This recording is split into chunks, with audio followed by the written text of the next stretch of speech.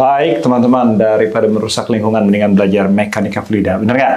Nah sekarang saya mau konklusikan pembahasan kita tentang Bernoulli's equation. Kemarin kan kita sudah membahas Bernoulli equation, kita sudah turunkan dengan susah payah Bernoulli itu dari Newton second law, dari kalkulus, panjang-panjang, ada integral, segala macam. Akhirnya dapat persamaannya. Cuman kalau saya dulu melihat persamaan itu, kadang-kadang masih nggak ngerti juga. Karena saya ternyata orangnya visual gitu. Jadi kalau nggak ada gambarnya, saya nggak ngerti. Makanya dari dulu baca komik terus gitu teman-teman ya. Nah ada satu cara untuk mengerti tentang Bernoulli secara visual. Nomor satu, variasi Bernoulli yang bisa dimengerti secara visual itu Bernoulli yang bentuknya head conservation. Jadi maksud saya begini, yang bentuknya seperti ini teman-teman ya. P dibagi rho G tambah U kuadrat dibagi 2G tambah Z sama dengan konstan along streamline. A streamline. Nah ini paling gampang divisualisasikan. Kenapa? Karena unitnya, coba kalau teman-teman lihat, unitnya ini sebenarnya adalah Newton meter yang adalah unit energi dibagi unit weight atau beban atau berat yang kalau dicoret artinya unitnya M yang adalah unit meter gitu kan. Bisa dilihat panjangnya berapa. Nah, Bernoulli equation itu bilang bahwa total head ini namanya static head. Ya, ini konsensus yang teman-teman harus ngerti dulu. Ini namanya static head. Sedangkan ini namanya dynamic head. Atau kadang-kadang saya bilang kinetic head gitu ya. Sedangkan P dibagi rho G ditambah Z itu namanya piezo metric head.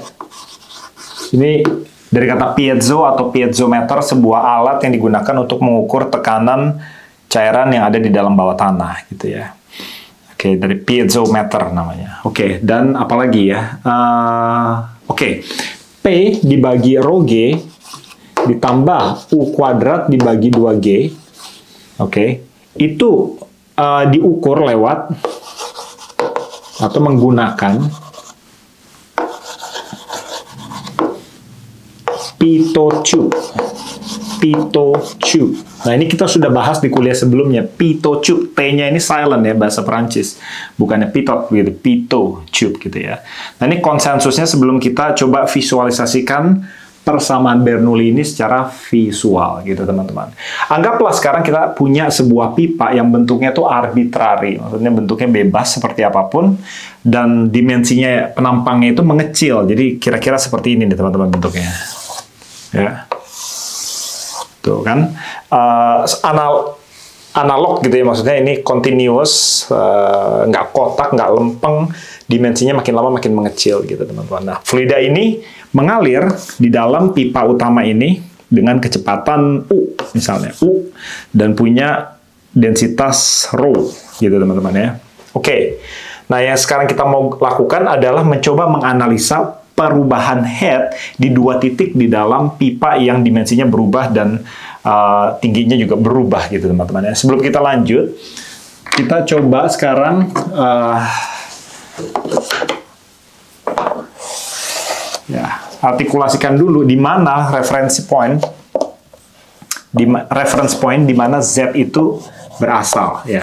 Z aksis itu bermula di sini gitu teman-teman ya. Sehingga dua titik itu, nomor 1, titik 1 dan titik 2 ini punya ketinggian Z dengan referensi garis Z sama dengan 0 ini gitu teman-teman.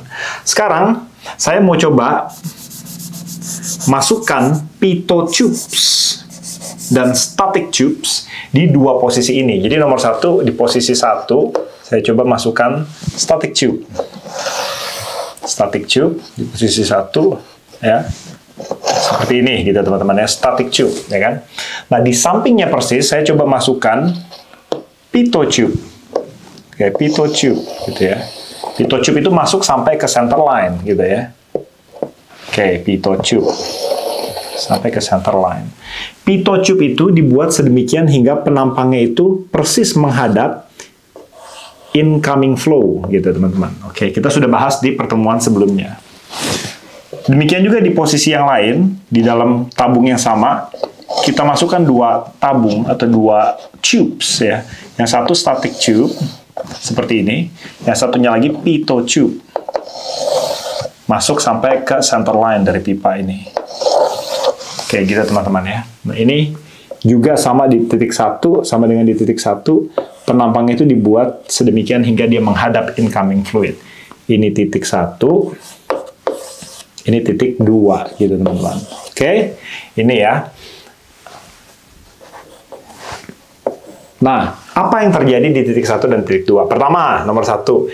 Titik 1 itu jaraknya dari Z itu adalah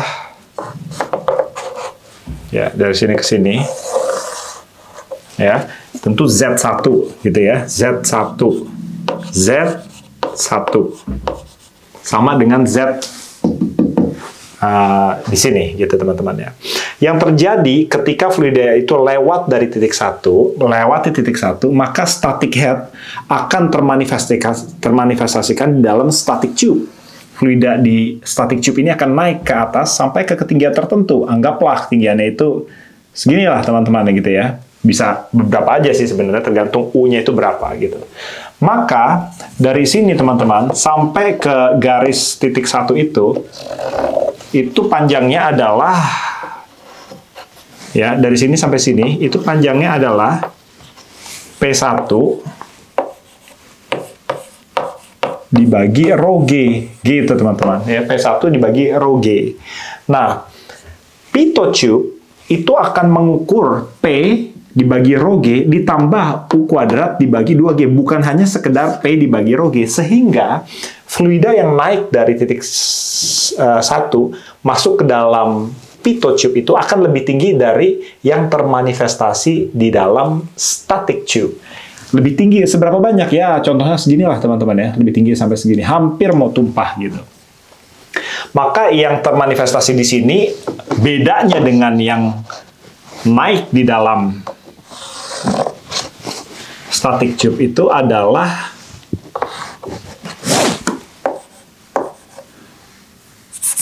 U1 kuadrat dibagi 2G.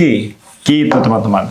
Ya kan? Karena kan pitot tube itu mengukur P1 dibagi rho G ditambah U1 kuadrat dibagi 2G. Jadi tinggi dari titik 1 ke permukaan teratas di dalam pitot tube itu P1 dibagi rho G ditambah U1 kuadrat dibagi 2G. Bernoulli itu bilang bahwa total head di poin 1, di poin 2, atau poin manapun sepanjang streamline yang sama di dalam tabung utama ini akan sama totalnya gitu teman-teman. Jadi kalau saya bayangkan dari sini menggunakan garis yang warnanya lain lah misalnya gitu ya. Ini nih seakan-akan adalah energi yang tersedia gitu teman-teman ya. Energi yang tersedia. Sehingga ini bisa saya sebut energy line. Energi yang tersedia yang terkonservasi di dalam tabung utama ini. Tentu asumsi itu berlandaskan pemahaman bahwa gaya-gaya viskus atau friksi itu diabaikan. Dimensinya nggak terlalu besar, fluidanya ini incompressible, dan densitasnya itu tidak berubah. Dengan kata lain, fluidanya ini ya incompressible gitu teman-teman ya. Oke, nah kalau demikian, maka kita tahu bahwa total energi di poin kedua ini pasti juga sama dengan total energi di poin ke-1. Maka pitot tube di poin kedua itu pasti levelnya juga sama naik ke garis kuning ini, garis energy line ini. Ini adalah garis yang menggambarkan total energy available to the system gitu teman-teman ya. Bagaimana dengan static head di poin kedua itu permasalahannya. Nah, kita mengerti dulu di sini bahwa Q1 itu harus sama dengan Q2, ya kan? Sedangkan A1 ya, penampang dari tabung di titik 1 itu lebih besar dari A2 gitu. Sehingga U1 itu pasti lebih kecil daripada U2 karena A2 itu lebih kecil daripada A1. Jadi U2 akan lebih besar daripada U1 gitu teman-teman. Pasti. Nah, untuk mengkompensasi dynamic head di titik 2 yang membesar karena U-nya membesar, maka P di titik 2 akan mengecil supaya totalnya sama gitu teman-teman ya. Maka fluida yang naik di dalam static tube di poin kedua ini akan lebih kecil ya, lebih pendek. Naiknya lebih pendek daripada di titik 1. Kira-kira sampai di sini nih teman-teman ya. Oke, sama dengan yang titik pertama, kita tarik dulu garis dari titik kedua sampai ke bawah. Yang nomor 1 sampai ke bawah gitu ya. Sampai ke bawah ini. Ya. Dari sini sampai ke sini itu Z2 gitu kan teman-teman ya. Nah, dari sini sampai ke sini itu adalah P2 dibagi rho G gitu teman-teman. Oke. Sedangkan dari sini sampai ke sini itu adalah dynamic head. Jadi U2 kuadrat dibagi 2G gitu teman-teman. Tentu saja ya level air di dalam static tube di poin kedua itu di bawah dari poin 1. Ini ada fluida supaya kita gitu teman-teman ya. Oke. Nah, garis yang dibentuk dari level static tubes along the streamlines ini makin lama kan makin kecil, makin menurun kan teman-teman ya. Seperti gini lah kurang lebih. Makin turun gitu kan. Nah, garis ini disebut hydraulic gradient line. Hydraulic gradient line. Gitu teman-teman ya. Nah, saya bahas di situ sekarang. Oke. Ini yang terjadi. Jadi, andai kata poin ketiga diintroduksi di sini, energi line itu akan tetap konstan. Dan garis ini akan tetap menurun semasa luas penampang dari tabung ini terus mengecil gitu teman-teman. Karena dengan mengecilnya penampang tube utama itu, maka naiklah kecepatan dari titik di mana fluida itu mengalir, ya kan? Jadi sebagai konklusi, energy line itu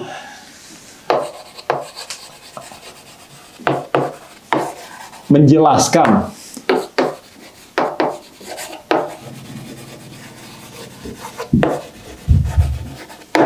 total energi yang tersedia, accounts for total energy available in the system. Sedangkan hydraulic, saya tulis deh ya, hydraulic gradient line itu accounts for U kuadrat dibagi 2G. Gitu teman-teman. Ya, jadi ini konklusinya untuk memudahkan teman-teman untuk mengerti secara visual apa yang disebut total head atau total energi yang terkonservasi lewat persamaan Bernoulli. Jadi seperti ini.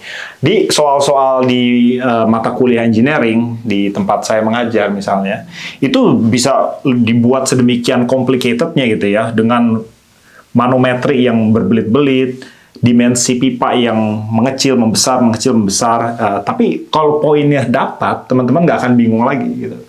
Pokoknya energi line itu akan selalu konstan begitu ya, karena energi tidak bisa diciptakan dan tidak bisa dimusnahkan kecuali ada malaikat di tengah-tengah tube ini. Bisa aja sih sebenarnya. Oke gitu teman-teman ya, dengan ini saya wrap up chapter 3, sampai berjumpa di kesempatan berikutnya.